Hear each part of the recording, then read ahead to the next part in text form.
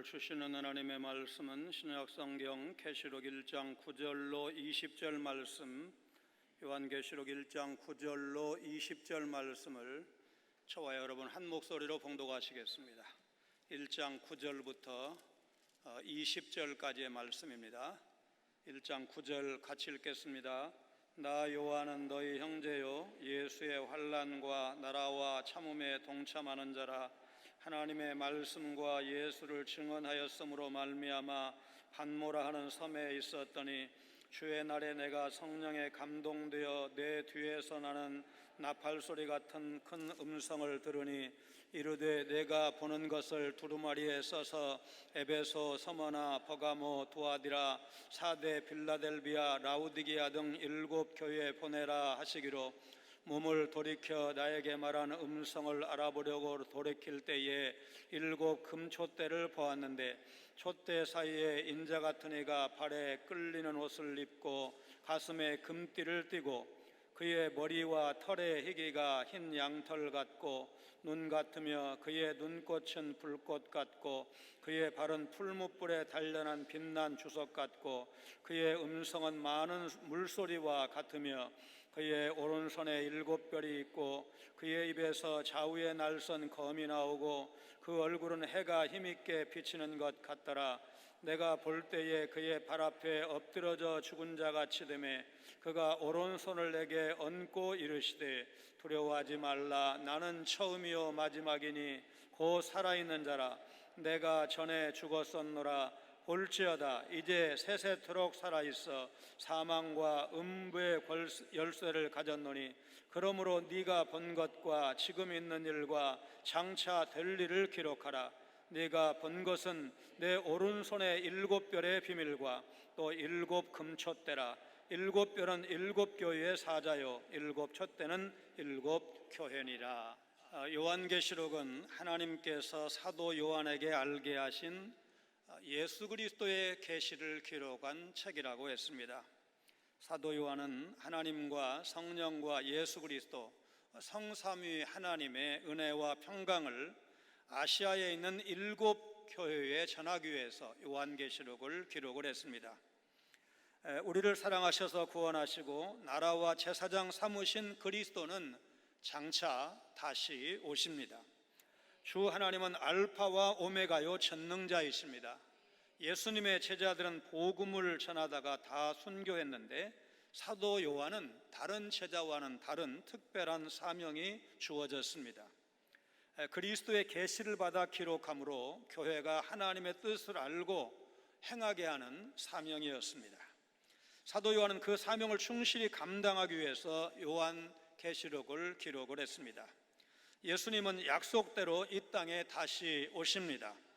그렇다면 예수님의 승천과 재림 사이에 끼어있는 오늘 우리 시대의 교회와 성도는 어떻게 살아야 할까?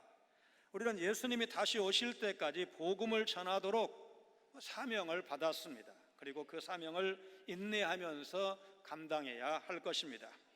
사도 요한은 소아시아 7 교회 편지를 보내면서 자신을 형제라고 밝히는데 사도 요한이 7 교회 성도들에게 자신을 형제라고 밝힌 이유가 무엇일까?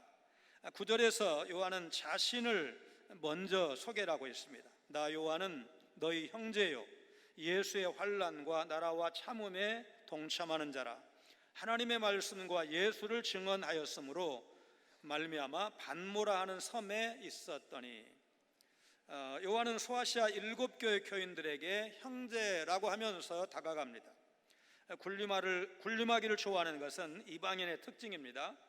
천사도 19장 10절에 가보면 요한과 같은 종이라고 말하면서 하나님께만 경배하라고 말합니다.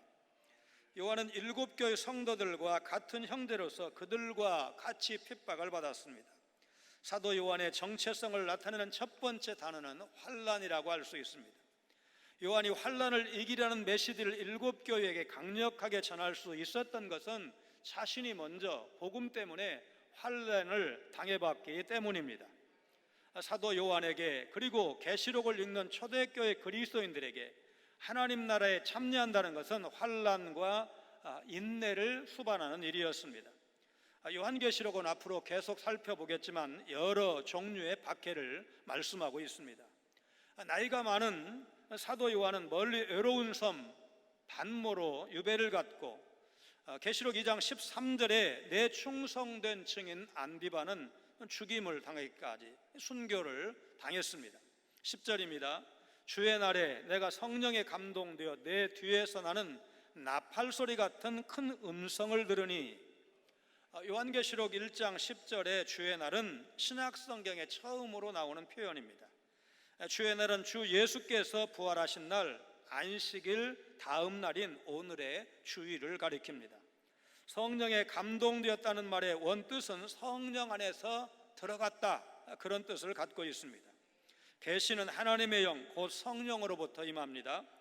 나팔소리 같은 큰 음성은 요한이 들은 말이 사람의 목소리가 아니라 초자연적 음성이라는 사실을 암시하고 있습니다.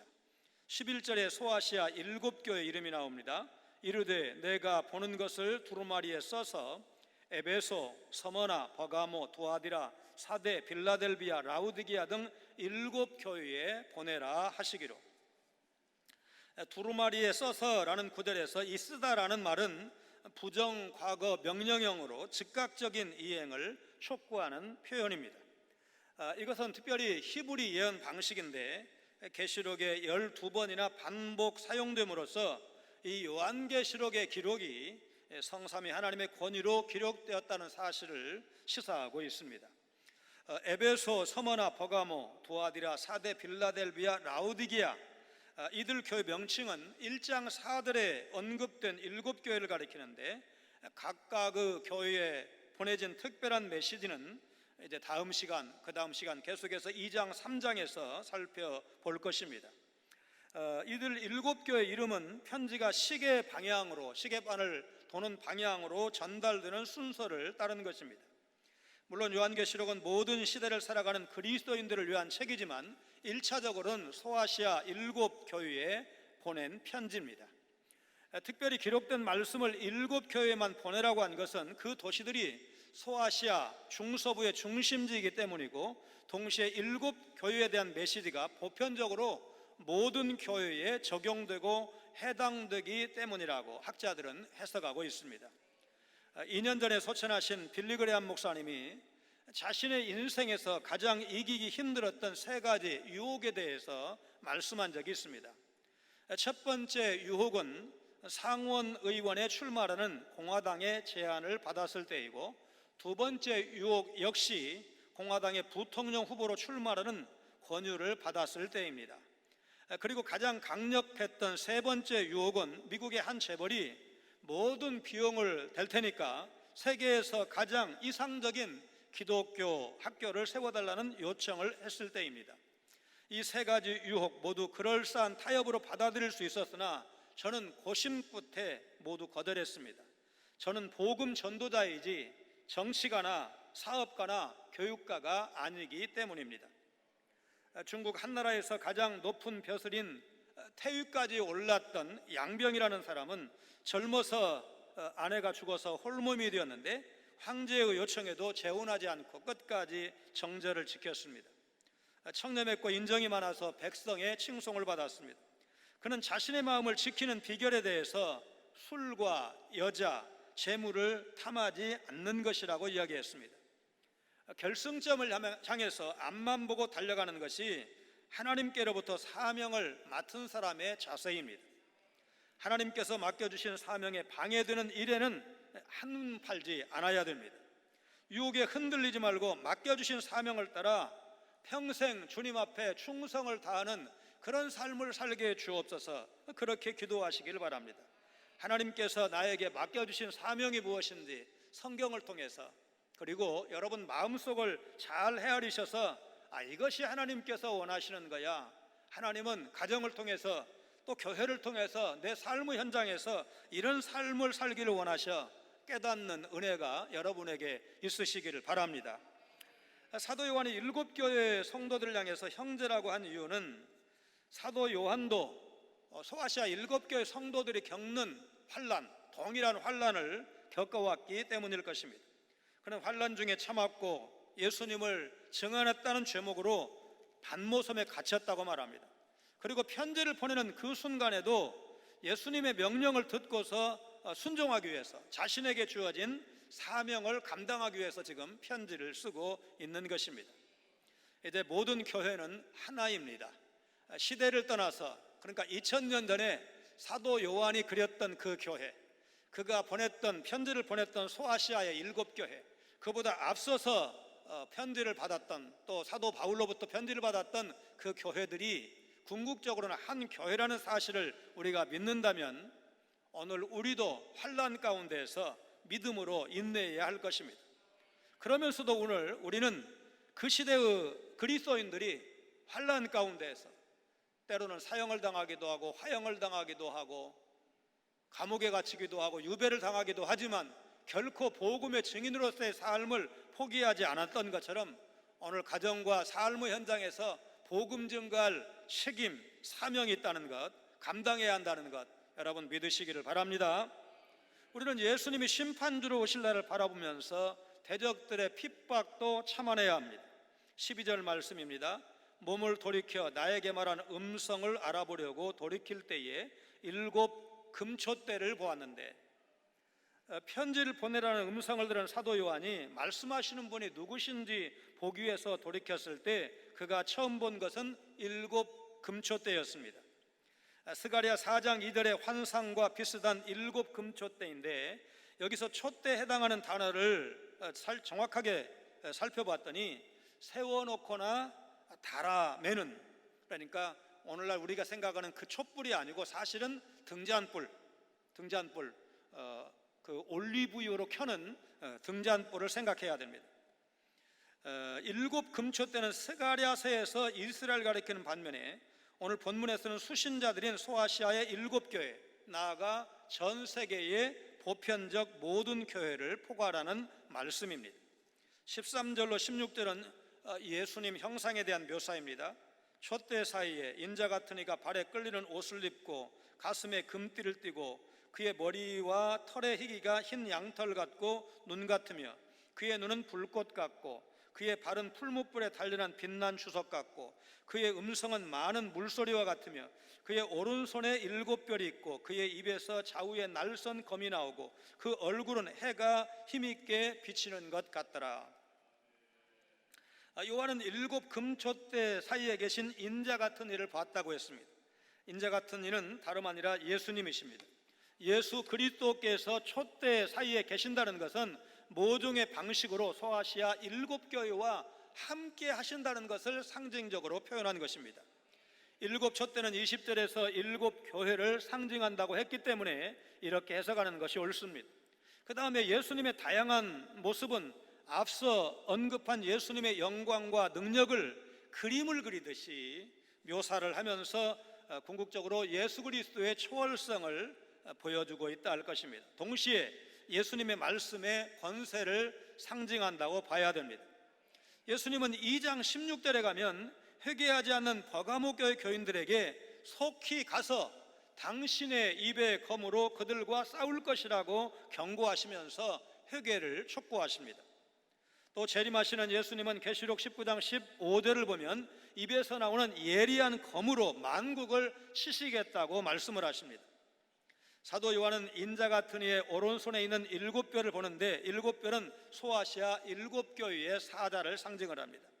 2장과 3장에서 7교회에 보내는 편지가 각 교회 사자에게 편지하라는 말로 시작이 되는데, 여기에서 각 교회 사자는 각 교회를 말합니다. 태어날 때부터 소리를 듣지 못하는 아이가 있었습니다. 다행히 고막과 신경은 살아있어서 보청기만 끼면 소리를 들을 수 있는 상태라는 진단을 받았습니다. 아이 부모는 아이가 어느 정도 자라서 보청기를 끼울 수 있는 상태가 되자 태어나서 처음 소리를 듣는 아이의 상태를 관찰하기 시작했습니다. 처음 보청기를 낀 아이는 익숙하지 않은지 불편한 표정을 지으면서 귀찮아했습니다. 그러나 곧 사물이 움직이는 소리가 들리자 깜짝 놀라는 표정을 지었습니다. 이어서 엄마가 자신을 부르는 표정을 짓자 갑자기 경이로움을 느끼는 듯한 표정으로 바뀌었습니다.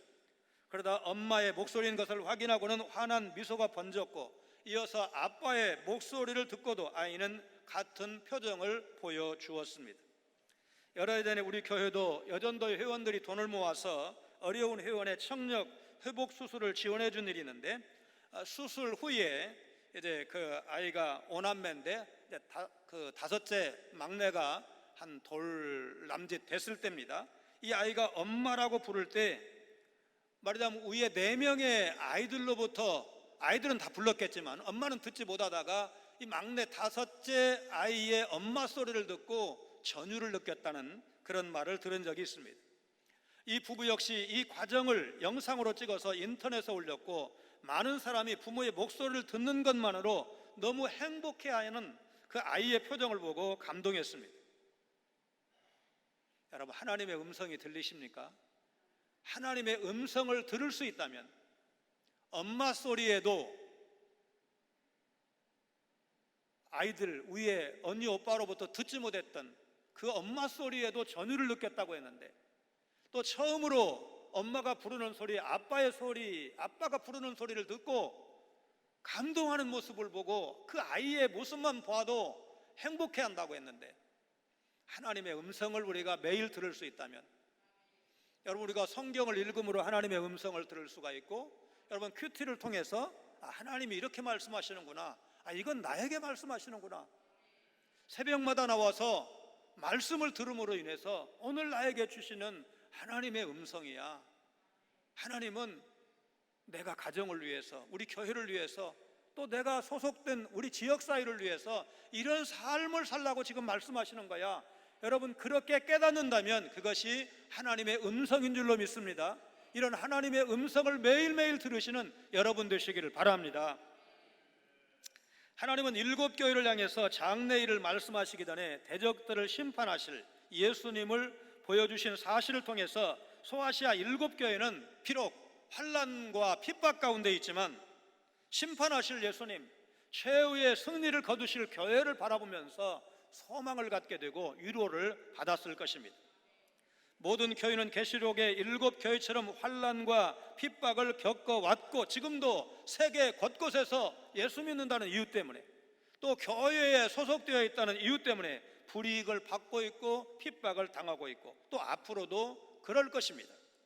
그때 우리 교회는, 성도들은 심판주이신 예수님을 바라봐야 됩니다. 이 땅에 다시 오셔서 모든 대적을 심판하실 예수님, 승리하실 주님을 바라보면서 고난의 때를 참아야 됩니다. 우리의 왕이신, 온 세상의 심판주이신 예수님이 다시 오실 것이라는 그 사실을 우리가 붙들고 오늘 교회와 성도는 힘을 내고 인내해야 할 것입니다. 우리는 예수님이 다시 오실 때까지 예수님을 사랑해야 되고, 그분이 주신 사명을 붙들고 충성을 다해야 됩니다. 예수 그리스도의 초월적 모습을 본 요한이 어떤 자세를 취했는가? 17절입니다. 우리 같이 읽겠습니다. 내가 볼 때에 그의 발 앞에 엎드러져 죽은 자같이 되매 그가 오른손을 내게 얹고 이르시되 두려워하지 말라, 나는 처음이요 마지막이니. 예수님이 사도 요한에게 7교회의 편지를 써 보내라는 사명을 부여하신 다음에 첫 번째 하신 말씀이 두려워하지 말라는 것입니다. 예수님이 나타나신 이 일은 그리스도인들에게 두려움이 아니라 위로와 소망을 줍니다. 요한계시록에 담긴 예수 그리스도의 계시 역시 1세기 로마 황제로부터 핍박을 받고 있던 그리스도인들에게 두려움이 아닌 용기와 소망을 주었을 것입니다. 그러나 짐승을 따르는 자들, 믿지 않는 자들을 요한계시록에서는 짐승을 따르는 자들이라고 표현을 했는데, 이 사람들에게는 예수님이 나타나시는 것이, 또 그분의 계시가 들려지는 것이 두려움을 주었을 것입니다. 왜냐하면 그분은 심판과 승리의 주님이시기 때문에 그렇습니다. 8절에 하나님께 사용된 알파와 오메가와 같은 뜻을 지닌 처음이요 마지막이라는 말, 예수 그리스도께 사용되고 있습니다. 성부 하나님과 같이 예수 그리스도는 역사의 주관자이십니다. 계시록 3장 21절에 의하면 성부 하나님과 예수님은 같은 보좌에 앉아 계시고 이기는 자에게도 예수님의 보좌에 함께 앉게 해주시겠다 약속을 하십니다. 우리 같이 읽겠습니다. 이기는 그에게는 내가 내 보좌에 함께 앉게 하여 주기를, 내가 이기고 아버지 보좌에 함께 앉은 것과 같이 하리라. 못 알아듣는 말은 아니지만 좀 더 쉽게 쉬운 성경으로 번역을 하면, 내가 승리한 후, 예수님이십니다. 예수님이 승리한 후 내 아버지의 보좌 곁에 앉은 것처럼 승리하는 자는 내 보좌 곁에 앉게 될 것이다. 승리하신 예수님이 성부 하나님 곁에 앉아 계십니다. 승리하신 예수님 곁에 승리한 성도들이 앉는다는 사실, 여러분과 제가 환난과 핍박 가운데서 예수 믿는다는 이유 때문에 은근한 핍박, 질시 또는 손해 이런 것 감당하고 끝까지 참고 인내하면 우리가 이기는 자가 되는 것이고, 그러면 주님 곁에 앉는다는 것. 말석에 앉아도 천국에만 들어가면 영광입니다. 말석에만 들어가도. 그러나 성부 하나님 곁에 앉는다는 사실, 성자 예수님 곁에 앉는다는 사실은 교회와 성도의 궁극적인 승리요, 그가 누릴 영광이 얼마나 크고 놀라운지를 보여준다는 사실, 여러분 믿으시기를 바랍니다. 18절입니다. 곧 살아있는 자라 내가 전에 죽었었노라 볼지어다 이제 세세토록 살아있어 사망과 음부의 열쇠를 가졌노니. 예수님은 처음과 마지막이시고 죽음에서 부활하시고 영원히 살아계신 분이시고, 그리고 사망과 음부의 열쇠를 가지신 분이십니다. 음부로 번역된 하데스와는 달리 게헨나라는 말은 죽은 영들이 고난받는 장소입니다. 누가복음 16장 23절 부자와 나사로 비유에서 음부는 부자가 불꽃 가운데 고통을 당하면서 괴로워하는 지옥을 가리킵니다. 예수님은 이방의 죽은 우상과 달리 살아계신 분이십니다. 사망을 이기신 예수님만이 사람을 사망에서 건지시기도 하고 사망에 던지실 수 있으십니다. 유대인들의 격언에 의하면 하나님은 천사에게 비의 열쇠, 음식의 열쇠, 무덤의 열쇠, 잉태치 못하는 여인의 열쇠를 맡기지 않으셨다고 하는데, 예수님은 이 모든 열쇠를 다 가지고 계십니다. 예수님이 십자가에서 죽은 것은 과거의 사건입니다. 과거의 대칭 개념은 미래 혹은 현재라고 할 것입니다. 그런데 지금 살아있다고 말씀하지 않고 영원토록 살아있다고 말씀을 하십니다. 살아나신 주님은 이제 영원히 죽지 않으시고 영원히 승리하시고 영원히 다스리십니다. 영원은 시간적 개념인 동시에 양과 질의 개념을 모두 포함하고 있다고 봐야 합니다. 예수 그리스도는 끝까지 살아계시고 완전히 살아계시고 모든 것에 살아계십니다. 그분은 하늘과 땅의 모든 권세를 가지고 계십니다. 죽음과 음부의 열쇠도 그분이 가지고 계십니다. 잠깐 어둠이 이긴 것 같지만 결국에는 빛이신 예수님이 승리하고 그를 따르는 교회와 성도가 승리합니다. 이제 모든 생물은 그분 앞에 무릎을 꿇고 절해야 합니다. 그분의 다스리심에 복종하고 그분을 예배하는 것이 그분의 나라가 임할 때 우리 성도들이 취할 자세인 것입니다. 19절은 계시의 현재성과 미래성을 말씀하고 있습니다. 그러므로 내가 본 것과 지금 있는 일과 장차 될 일을 기록하라. 요한계시록에 게시된 내용은 주로 속히 일어날 일들에 관한 것이지만 그것은 미래뿐만 아니라 현재도 포함하는 것입니다. 특별히 2장 3장에 기록된 7 교회를 향한 그 진단은 말하자면 현재 상태를 의미한다 할 것입니다. 19절에서 장차 될 일은 가까운 미래에 일어날 일들, 사도 요한이 본 것들은 1장의 첫 번째 환상, 지금 있는 일들은 2장 3장의 소아시아 7교회에 대한 내용, 그리고 장차 될 일은 요한계시록 4장부터 마지막 22장까지 기록된 내용을 의미합니다. 20절은 7별과 7 금초대의 의미를 분명하게 설명하는 말씀입니다. 같이 읽습니다. 네가 본 것은 내 오른손의 7별의 비밀과 또 7 금초대라. 7별은 7교회 사자요 7 촛대는 7 교회니라. 내 오른손의 7별의 비밀이라는 말에서 이 비밀이라는 단어는 은폐된 것이 드러나는 것과 관련이 있는데 같은 명사가 10장, 17장에도 사용이 되었습니다. 7별과 7 금초대가 무엇을 의미하는가? 20절이 분명하게 설명을 했습니다. 7 금초대는 7 교회를, 7별은 7 교회의 사자를 상징하는데, 사실 에베소, 서머나, 버가모, 두아디라, 사데, 빌라델비아, 라우디게아 이 7 교회는 전체 교회를 상징하기 때문에 7 교회를 향한 메시지는 모든 시대에 모든 성도들에게 적용되는 메시지다. 그렇게 이해할 수가 있을 것입니다.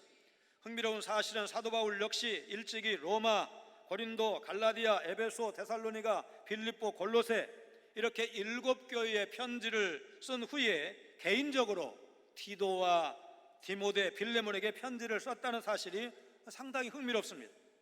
오른손에 7별이 있고 7 금초대 사이에 계신 예수님은 소아시아 7교회와 그 사자를 지키시고 돌보시는 영광과 능력의 주님이십니다.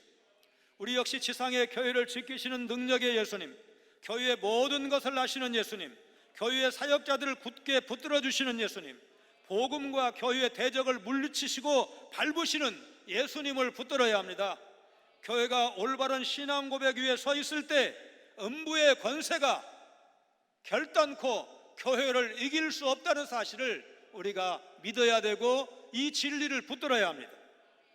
이 모든 사실을 성도 개인에게도 적용해서 모든 성도는 예수님과 함께하면, 예수님을 의지하면 어떤 환난도 핍박도 이기고 마침내 이기는 자로 주님 앞에 서게 된다는 사실을 여러분 믿으시기를 바랍니다. 미국의 세계적인 지휘자 마이클 코스타가 오케스트라 연습을 시키고 있었습니다. 오케스트라는 규모가 좀 작으면 40명, 50명이지만 이제 100명 넘는 그런 연주자들이 모인 오케스트라도 있습니다. 그러니까 하도 많은 악기가 연주가 되다 보니까 좀 소리가 작거나 이런 악기 연주자는 내가 열심히 안 해도 뭐 큰 지장이 없지 이런 생각을 할 수가 있는데 그렇게 생각할 수가 있듯이 지휘자들도 그런 걸 놓치는 경우가 많다고 합니다. 그런데 이 마이클이라는 지휘자는 달랐습니다.